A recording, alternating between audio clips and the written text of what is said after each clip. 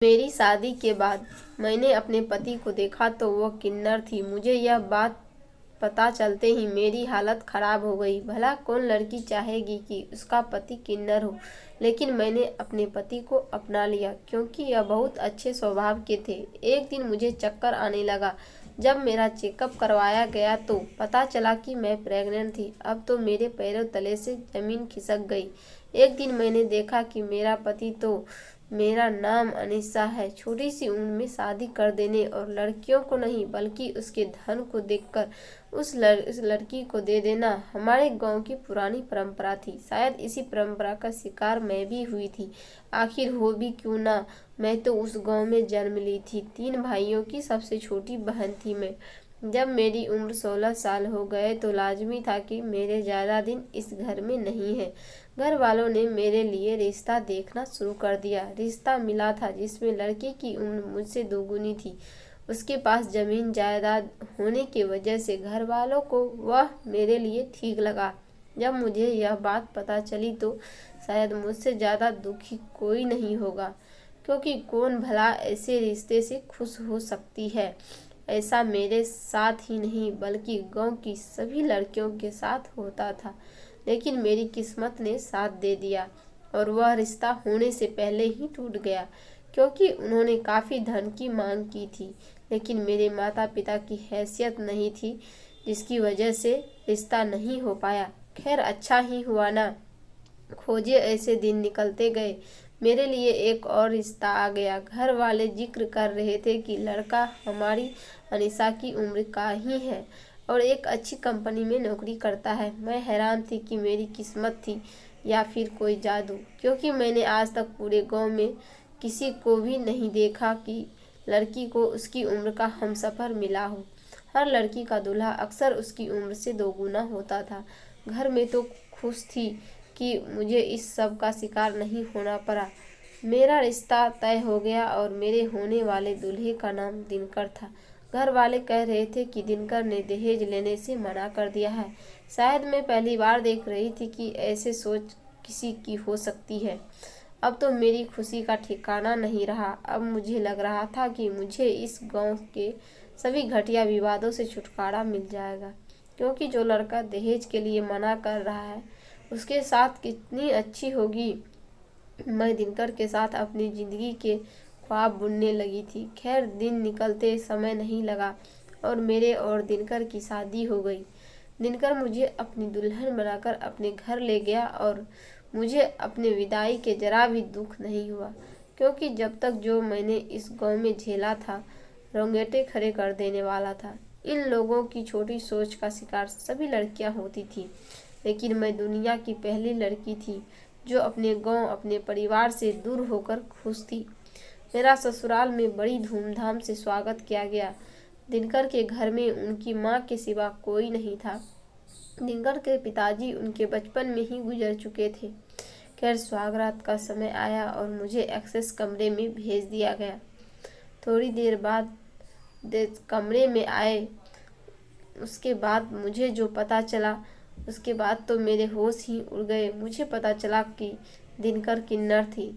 मैं मानव खुद को संभाल नहीं, मेरे आंखों में आंसू थे। ऐसा हो क्या गया था? अगर दिनकर किन्नर थे तो उन्होंने शादी ही क्यों की? आखिर उनका क्या मकसद था मेरी ज़िंदगी खराब करने की? मेरी आंखों के सामने पिछली सारी बातें याद आ रही थी। दिनकर का यूं दहेज न लेना और ऐसे सोच के पीछे उनका यह रूप छुपा हुआ था, उसका मैं अंदाज़ा भी नहीं लगा पाई। अब मुझे समझ आ चुका था कि दिनकर ने इतना अच्छा होने का नाटक क्यों किया। मैं जो उम्मीद और अरमान लेकर अपने ससुराल आई थी उन सब पर पानी फिर चुका था। मेरा चेहरा पूरा लाल पड़ गया था। मुझे तो मानो दिनकर से नफरत सी हो रही थी। मेरे चेहरे पर खुश साफ दिखाई दे रहा था। आखिर एक किन्नर पति पाकर कौन लड़की खुश होगी?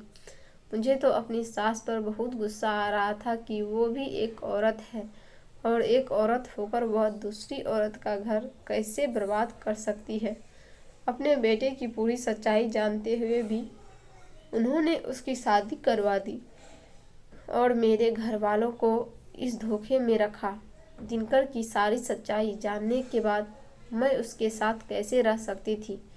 आखिर एक किन्नर के साथ जिंदगी कैसे गुजर सकती थी? मैं अपना सामान डालने लगी, तभी मेरी नज़र दिनकर पर पड़ी, जो सौदे पर अपने उतरे हुए चेहरे के साथ बैठे थे। उनकी आंखों में आंसू थे और मेरी तरह इस कदर देख रहे थे मानो मैं मुझसे कोई उम्मीद हो। जैसे तैसे दिनकर ने हिम्मत करके मुझसे कहा कि इसमें मेरी कोई गलती नहीं है, तुम मत जाओ। उसकी बातें जैसे मेरा कलेजा चीर गई थी। उसके दो शब्द मेरे कानों में बार बार दौड़ रहे थे। मैं दिनकर को कोई जवाब न दे पाई और चुपचाप कमरे से बाहर आ गई। घर के बाहर गार्डन में जाकर मैं रोने लगी और खुद की किस्मत को कोसने लगी कि आखिर किन कर्मों का फल मेरी किस्मत में लिखा था। मैं चाहकर भी दिनकर के दो शब्द भुला न पा रही थी। दिनकर का रोना मुझे अंदर से झकझोर कर रहा था। रात मेरे लिए सबसे खराब थी, क्योंकि जिस रात एक पत्नी अपने पति के साथ होती है, वही रात में अकेले रोती हुई गुजार रही थी। पूरी रात मैंने अपने रोने में गुजार दी और सुबह होने से पहले कमरे में आ गई, क्योंकि मैं किसी को भी मन में शक नहीं डालने चाहती थी। जैसे कमरे में आकर देखा तो दिनकर भी मेरे तरह गुमसुम बैठी थी। मुझसे बर्दाश्त नहीं हुआ। मैंने मन में इस चीज़ को स्वीकार कर लिया कि इसमें दिनकर की कोई दोष नहीं है। जैसे मैंने खुद को दिनकर की जगह रखा तो मुझे समझ में आ गया। मैंने दिनकर के हाथ थाम लिए और उनके गले लग गए। दिनकर को शायद विश्वास नहीं हो रहा था, लेकिन अब तो दिनकर की खुशी का ठिकाना नहीं था। शायद अपने जीवन में पहली बार इतना खुश हुए थे। मैंने इसे अपनी किस्मत समझकर स्वीकार कर लिया और दिनकर को स्वीकार करते हुए अपने जीवन की शुरुआत की। दूसरे दिन घर के सभी रस्में को पूरा करते हुए एक बहू की तरह अपनी जिम्मेदारी निभाने लगी। मेरी सास को शायद कुछ असंभव हो रहा था और मेरी तरह बार बार देखने जा रही थी। मुझे पता चल चुका था कि इनके मन में क्या चल रहा है और इसी बात में डूबी थी कि मुझे दिनकर की सच्चाई जानकर कोई फर्क क्यों नहीं पड़ा, और अगर फर्क पड़ा है तो इस कदर इस घर में मैं कैसे रुकी हुई हूँ। लेकिन मैंने कुछ भी बताना जरूरी नहीं समझा, क्योंकि उनके प्रति मेरे मन में अभी भी नफरत नहीं थी। उन्हें शादी से पहले सब कुछ बताना चाहिए था, लेकिन उन्होंने कुछ नहीं बताया। ऐसे ही दिन निकलते गए। दिनकर का स्वभाव और विचार मुझे मजबूर कर रहे थे कि मैं उनकी तरफ खींची चली जाऊं। दिनों दिन रात मेरी देखभाल करते, मेरे कुछ बोलने से पहले ही मेरी हर बात पूरी कर देते थे। फिल्में दिखाना, बाहर डिनर करवाना, किसी भी चीज़ की कोई कमी न होने देना। मानो दिनकर की पूरी दुनिया में बन चुकी थी। मुझे भी बहुत अच्छा लगता था दिनकर का यूं मेरा केयर करना। अब तो एक दिन बैठे बैठे मुझे अपनी सोच पर बहुत गुस्सा और बहुत पछतावा हो रहा था, क्योंकि शादी की पहली रात जो मैंने दिनकर के साथ व्यवहार किया था, वह सोच सोच कर मेरी आंखों में आंसू आ रहे थे कि इतना अच्छा इंसान, इतने खुले विचारे वाले, सिर्फ उनकी कमजोरी की वजह से मैंने उसे छोड़ने का फैसला किया और न जाने क्या क्या सोच लिया, बोल दिया। लेकिन फिर मैंने सोचा कि एक बार के लिए किसी नहीं होता, लेकिन उसके बाद मैंने दिनकर को अपना भी तो लिया था। वैसे ही दिन निकलते गए। अब तो दिनकर का मुझे बाहर ले जाना, अपने दोस्तों से मिलवाना, जैसे मेरे हर ज़रूरतों को पूरा करते थे। मुझे कभी भी एहसास नहीं होने दिया कि मैं अपने मायके में नहीं, ससुराल में हूँ। वही दिनकर की माँ भी मेरा खूब ख्याल रखती थी। उन्हें देखकर कभी नहीं लगता था कि वह मेरी सास है।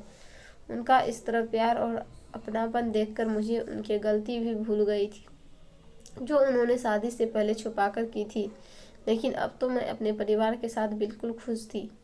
मैं और दिनकर ने फैसला लिया कि हम लोग अपनी ज़िंदगी की एक नई शुरुआत करेंगे, और नई शुरुआत थी इस बच्चे को गोद लेना, कि अनाथ आश्रम में जाकर एक बच्चा गोद लेंगे और उसे ही अपना संतान बनाकर पूरी दुनिया में उसको अपना नाम देंगे और उसकी देखभाल करते हुए एक अच्छा इंसान बनेंगे। अब तो दिनकर के चेहरे पर भी मुस्कान आ चुकी थी, क्योंकि यह भी मेरे साथ खुद को एक आम इंसान मानने लगा था। हम दोनों एक दूसरे के लिए परफेक्ट हस्बैंड वाइफ बन चुके थे। मेरी गलतियां को नज़रअंदाज करते हुए प्यार से समझना और मेरे साथ अपनी सारी बातें शेयर करना मानो दिनकर की आदि पड़ चुकी थी, और मेरे लिए भी अब दिनकर का साथ बहुत ज़रूरी हो चुका था। मैंने अपनी सारी बातें दिनकर को बताना शुरू कर दी और दिनकर मेरे हर प्रॉब्लम का हल निकालते। यूं ही हंसते खेलते हमारी ज़िंदगी गुजर रही थी। किचन में काम कर रही थी। सभी दिन घर आते हैं दिनकर साथ। आप इसे जल्दी घर आ चुके थे। मैंने दिनकर से पूछा कि आज इतनी जल्दी कैसे आ गए। तभी दिनकर ने कहा कि मुझे काम के सिलसिले में जल्दी जाना है और वहाँ पर मुझे 2 से 3 दिन लग जाएंगे। इतने में मेरी सास भी कमरे से बाहर आ गई और वो भी दिनकर से जल्दी से आने का कारण पूछने लगी। तभी दिनकर ने कहा कि मुझे दिल्ली जाना है 2 से 3 दिन के लिए। क्या तुम दोनों अकेले मेहनत करके? मैंने कहा कि हाँ, क्यों नहीं कर पाएंगे, और वैसे भी काम के सिलसिले में तो इधर से उधर से जाना ही रहता है, और वैसे भी हमारा आस पड़ोस इतने अच्छे हैं कि कभी भी ज़रूरत पड़ने पर बहुत काम आते हैं। तभी मैंने दिनकर का बैग पैक किया और दिनकर ने दिल्ली जाने की तैयारी शुरू कर दी। ऐसे 2 से 3 दिन निकल गए। दिनकर वापस घर आ चुके थे। थकान के मारे दिनकर जल्दी ही सो गए। हमारे ज़्यादा कोई बात ना हो पाई और मैं भी जल्दी सो गई। अगले दिन दिनकर ने अपनी दिल्ली के सायरन बताए और सारी बातें मुझसे शेयर की। उन्होंने यहाँ पर क्या किया और किन किन लोगों से मुलाकात की। ऐसी बातें करते करते मुझे कमनीयता कोई मुझे पता ही नहीं चला। अब तो रोजाना का काम हो गया था। शाम को खाना खाने के बाद हम सबको दूध पीने की आदत थी। माँ को उनके कमरे में दूध देने के बाद मैं अपने कमरे में मेरे लिए और दिनकर के लिए अलग अलग गिलास में दूध लेकर आती थी। उसके बाद हम दोनों आपस में मिलकर दूध पीते ही सांस भारी सा होना शुरू हो जाता और मुझे कब नींद आ जाती मुझे पता ही नहीं चलता। कुछ दिनों तक तो मैंने इसे बिल्कुल भी गहराई से नहीं लिया। मुझे लगा कि थकान के मारे मुझे जल्दी नींद आ जाती है, और वैसे भी पूरा दिन घर का काम ध्यान में भी नहीं पाती हूँ। रात को मुझे जल्दी नींद आ जाती है, लेकिन मुझे मन ही मन खुद पर थोड़ा अजीब लग रहा था कि दिनकर बेचारे पूरा दिन काम करते हैं, मेरे साथ दिल की 4 बातें करने बैठते हैं और मैं जल्दी सो जाती हूँ। पता नहीं दिनकर को कैसा लगता होगा। फिर मैंने दिनकर से कहा कि दिनकर, मुझे पता नहीं क्या हो गया है, मुझे दूध पीते ही नींद न लग जाती है। शायद दिनकर के काम की थकान होती है, लेकिन आप इसे गलत मत समझना।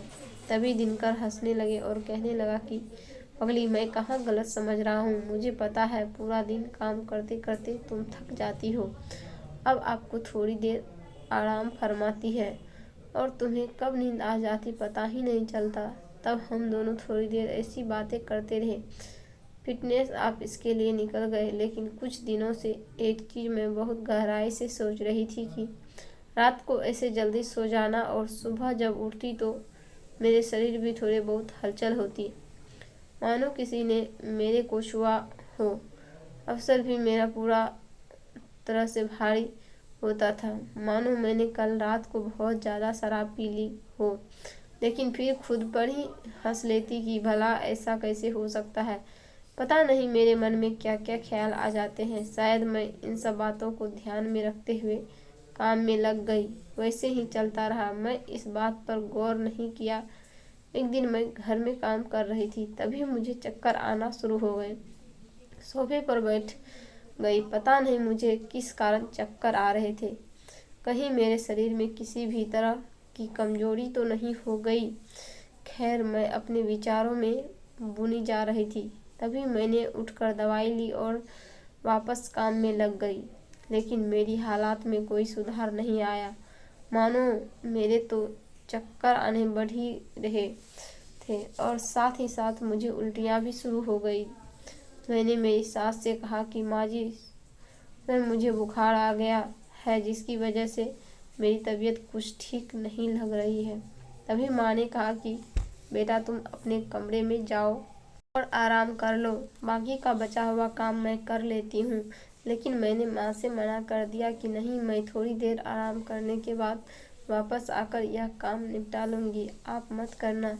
तभी मैं अपने कमरे में चली गई और आराम करने लगी। एक आधा घंटा आराम करने के बाद जब मैं वापस से बेड से उठकर नीचे आई तो मुझे कोई आराम न मिला। फिर से वही चक्कर आना शुरू हो गया। मैंने अपने मन में विचार किया कि दवाइयों से ठीक न होगा, लगता है डॉक्टर को दिखाना ही पड़ेगा, और डॉक्टर को दिखा आती हूँ ताकि कोई ज़्यादा दिक्कत न हो जाए। और वैसे भी घर में काम करने वाली नहीं लौटी थी। मेरी सास की भी कुछ तबीयत ठीक नहीं रहती थी। अक्सर उनके घुटनों में दर्द रहता था, जिसकी वजह से वह ठीक से चल भी नहीं पाती थी।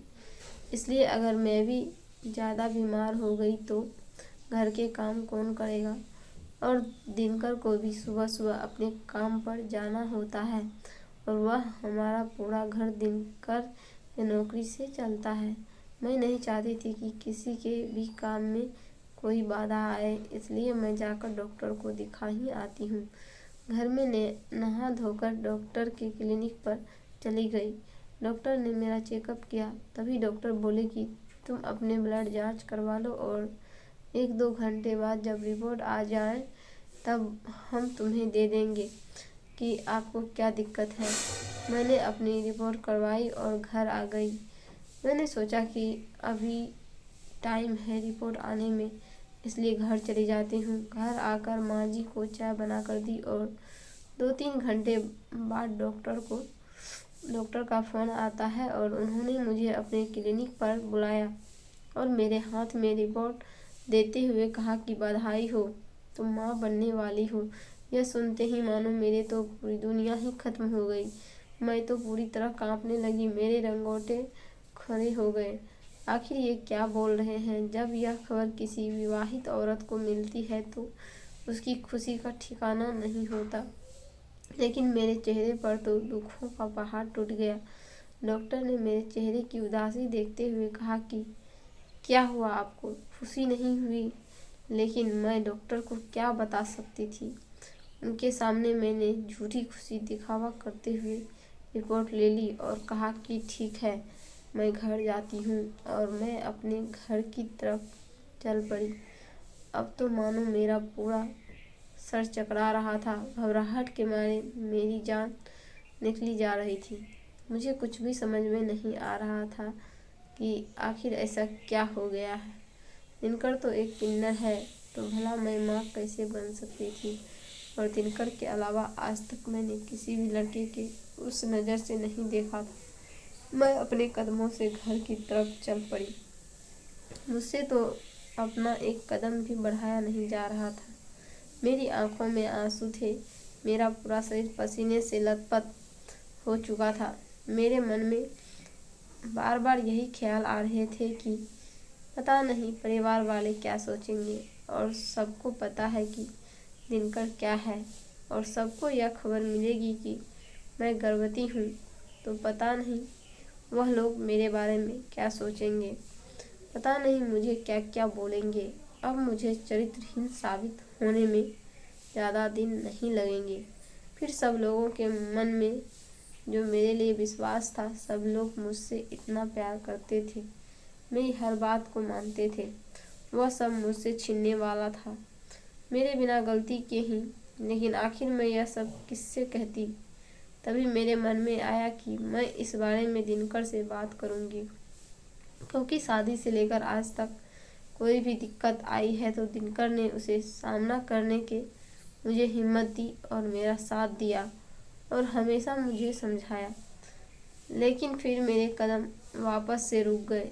मैंने सोचा कि कहीं दिनकर ने मेरा साथ देने से मना कर दिया तो, क्योंकि कोई भी इंसान ऐसा नहीं होता जिसे पता चले कि उसकी पत्नी गर्भवती है बिना उसके छुए, तो कौन बर्दाश्त करेगा। खैर, जैसे तैसे घर पहुंची और सीधे अपने कमरे में जाकर रोने लगी। थोड़ी ही देर बाद मेरी सास के आने की आवाज़ सुनी तो मैं झट से अपने आंसू पोंछे और नॉर्मल हो गए, ताकि उन्हें किसी भी तरह का पता न चले।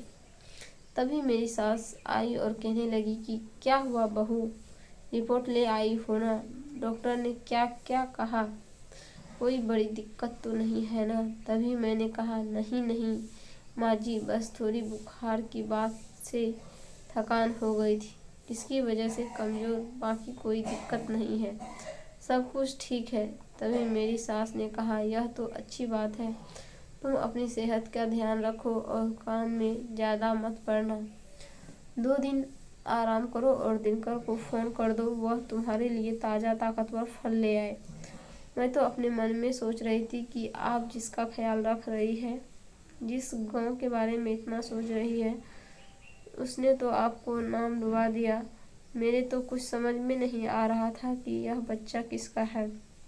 बार बार मेरी आंखों में आंसू टपक रहे थे, लेकिन वही मुझे खुद पर विश्वास था कि मैंने आज तक ऐसा कोई काम नहीं किया है। मुझे नहीं लग रहा था कि इसमें मेरी कोई गलती है। फिर मेरे सामने वही बात फिर से आ गई कि जो लाभ को मिली, जल्दी से सो जाना। सवेरे उठते तो मेरा सर इतना भारी होना और मैं शरीर के साथ इस तरह के हरिजन होना, मानो किसी ने मुझे गलत तरीके से छुआ हो और मेरे साथ कुछ किया हो। मुझे बार बार लग रहा था कि कहीं न कहीं मेरे साथ जरूर कुछ न कुछ हो रहा है। मैंने अपनी सास से बात करने की सोची, लेकिन जब मैं उसके कमरे में बात करने के लिए गई, तभी मैंने अपना कदम वापस मोड़ लिया और मन में विचार किया कि उनकी तबीयत तो ठीक नहीं रहती है, और अगर इन सब बातों का उन्हें बताया गया तो पता नहीं उनके साथ क्या हो जाएगा। अगर उनकी तबीयत ज़्यादा खराब हो गई तो मेरे लिए समस्या हो जाएगी। इसलिए मैंने उन्हें कुछ भी बताना ज़रूरी नहीं समझा और ना ही दिनकर से इस बारे में बात की। मैंने अपने मन में विचार किया कि ज़रूर कुछ न कुछ गड़बड़ है। मैं आज तक इतनी जल्दी नहीं सोई और कभी कभार घर में काम न होता तो भी मैं जल्दी सो जाती थी। भला उस थकान का क्या। खैर, अब तो मुझे पूरी सच्चाई जाननी थी कि आखिर मेरे साथ ऐसा क्या हो रहा था। फिर मेरे मन में ख्याल आया कि ज़रूर इसमें किसी और का हाथ है। अगर मुझे दूध पीते ही नींद आ जाती है तो दिनकर भी दूध पीते ही और दिनकर को भी तो नींद आ जाती होगी, इसलिए हम दोनों सो जाते हैं और मेरे साथ कुछ गलत हो जाता होगा। फिर मैंने सोचा कि क्यों न इन सब बातों का पता लगाया जाए कि आखिर मेरे साथ हो क्या रहा है। एक दिन मैंने विचार किया, आज मैं बिना दूध पिए सोऊंगी उनकी, और उसके बाद जो होगा अपने आप सामने आ जाएगा। रात का समय हुआ। खाना खाकर मैं अपनी सास को उनके कमरे में दूध दिया और मेरा और दिनकर का दूध लेकर मैं अपने कमरे में आ गई। और फिर मैंने एकदम से अपनी तबीयत खराब होने का बहाना बनाया। तभी दिनकर ने कहा, क्या हुआ? मैंने कहा कि रसोई घर में मेरी दवाई पड़ी है, प्लीज़ मुझे ला कर दो। तभी दिनकर रसोई घर में दवाई लेने चला गया और मैंने दूध खिड़की से बाहर की तरफ डाल दी। खाली गिलास दिनकर ने कमरे में आकर देखा तो पूछा कि इतनी जल्दी दूध पी गए? मैंने कहा, हाँ, वैसे भी प्यास लग रही थी, पानी कमरे में था नहीं, इसलिए मैंने दूध पी लिया। दवाई तो मैं ले लेती हूँ। मैं दवाई लेकर ऐसे नाटक करने लगी जैसे मैंने सोने का नाटक करते हुए सो गई। और दिनकर ने भी मेरे कुछ कर देखा तो उसे भी यही लगा कि मुझे नींद आ गई है।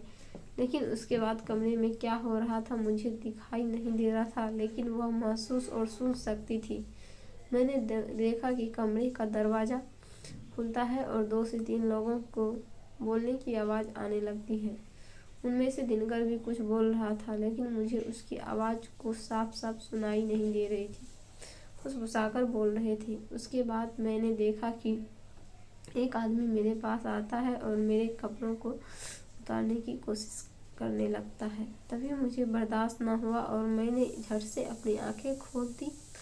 मुझे एकदम से जगता हुआ देखकर दिनकर अब उन लोगों की तो होश ही उड़ गई। वो लोग वहाँ से भाग खड़े हुए। दिनकर ने कहा, अरे यह तो नींद आई हुई थी ना। मैंने कसकर दिनकर के एक थप्पड़ दिए और बोला कि यह सब क्या हो रहा था। इतने में मेरी सास भी वहाँ पर आ जाती है। उनको यह सब समझ में नहीं आ रहा था, तो वह कहने लगी, क्या हुआ, तुम दोनों ऐसे क्यों कर रहे हो।